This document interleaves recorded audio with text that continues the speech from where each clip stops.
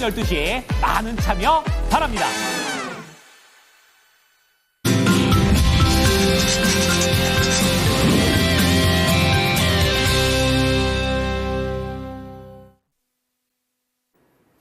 안녕하십니까. 모닝쇼 유창호입니다. 도널드 트럼프 미국 대통령의 상호 관세 발표를 앞두고 지난밤 뉴욕 증시는 상당한 변동성을 보이게 됐습니다. 하락 출발이었다가 장중에 또 급등 양상으로 가는 모양새를 만들더니 그리고 또 후반에는 상승폭이 조금 더 반납되는 모습까지 만들어졌습니다. 그런데 결국 3대 지수 모두 상승으로 장을 마치게 됐습니다.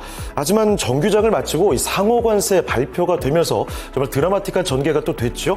주요 종목들, 지수들, 종목들이 주가가 큰 폭으로 털썩 주저앉는 모습이 나타나게 됐습니다. 자, 이런 가운데서 모닝쇼를 통해서 우리 시장에서 어떻게 대응해야 되는지 자세한 내용들을 체크해 보도록 하겠습니다. 자, 먼저 하이라이트부터 보도록 하겠습니다.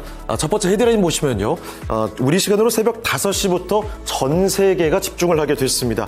트럼프 대통령의 상호 관세가 발표가 됐는데 당초 예상했던 20%보다 우리 더 높게 나왔죠. 25% 대한민국의 관세 부과가 결정됐습니다.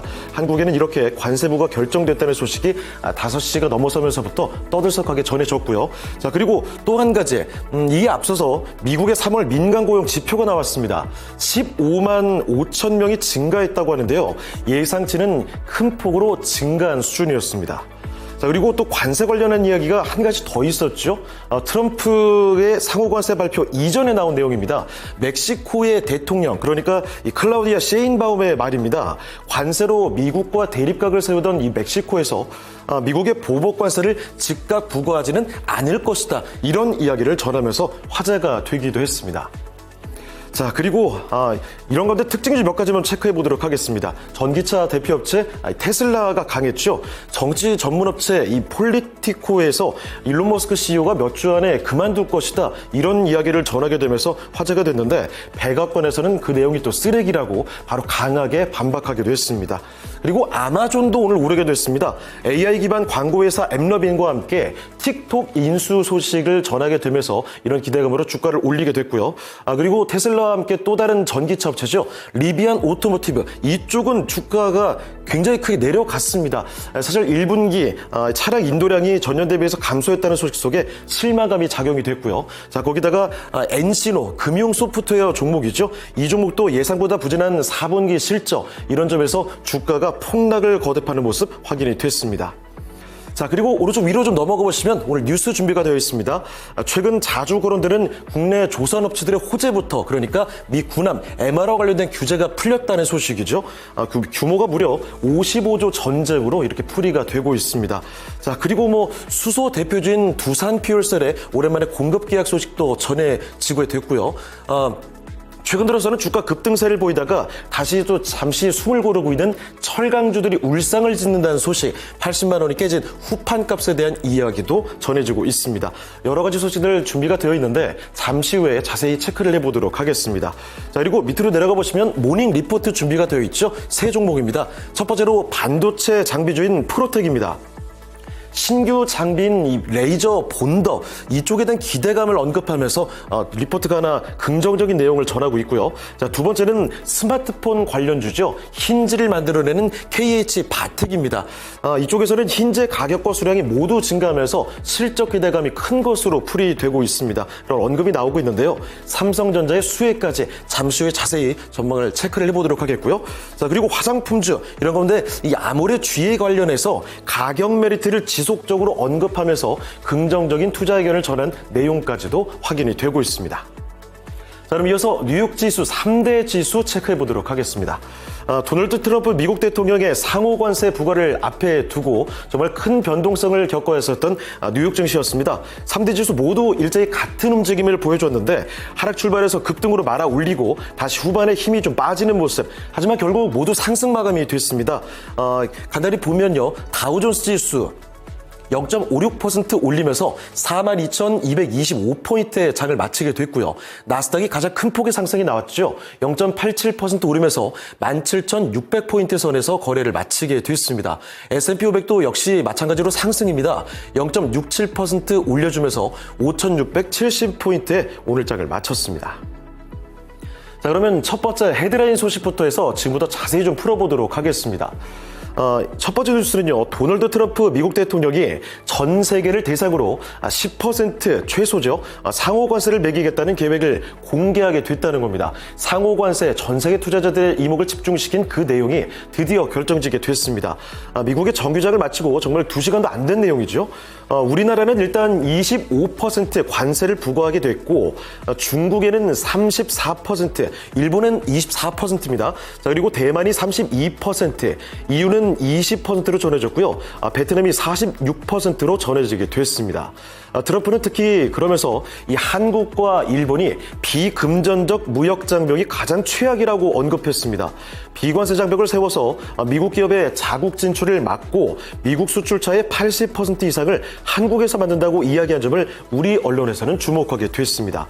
자, 덧붙여서 기본 관세는 5일부터 시행되며 국가별 관세는 9일부터 부과되는 것으로 전해졌습니다. 자, 두 번째 뉴스도 보도록 하겠습니다. 미국의 고용 지표가 한 발 앞서 또 전해지게 됐습니다. 올해 3월 미국의 민간 고용이 시장 전망치를 큰 폭으로 상회하게 된 건데요. 그 내용 좀 보겠습니다. 오토매틱 데이터 프로세싱, 그러니까 ADP 전미 고용 보고서에 따르면 지난달 민간 고용은 전달보다 15만 5천 명이 증가했습니다. 시장 전망치 큰 폭으로 상회했고요. 업종별로 보면 상품 생산 부분은 2만 4천 명이 늘었고 서비스 제공 부분은 13만 2천 명 늘었습니다. 반면에 무역, 운송, 유틸리티 분야는 6천 명이 줄어들었습니다. 기업 규모별로 보게 되면 대기업에서 5만 9천 명, 중견기업 4만 3천 명, 소기업 5만 2천 명 등 크기를 가리지 않고 모두 증가하게 됐습니다. 정책 불확실성과 비관적인 소비자에도 불구하고 예상치를 크게 상회하게 되면서 상당히 경제에 좋게 나왔다는 평을 받게 됐는데 고용시장과 경기 침체 우려를 일부 잠재우게 됐습니다. 자, 세 번째 뉴스로 가보도록 하겠습니다. 관세와 관련된 멕시코 대통령의 이야기가 전해졌습니다. 도널드 트럼프 미국 대통령이 상호 관세를 부과하더라도 즉각 보복 관세로 대응하지는 않을 것이다. 이렇게 멕시코 대통령 클라우디아 셰인바움 멕시코 대통령의 발언이 화제가 됐습니다. 이날 정례 기자회견에서 전해진 이야기인데요. 우리 정부의 관심사는 오로지 멕시코 경제를 활성화하는 것이다 라고 말했습니다.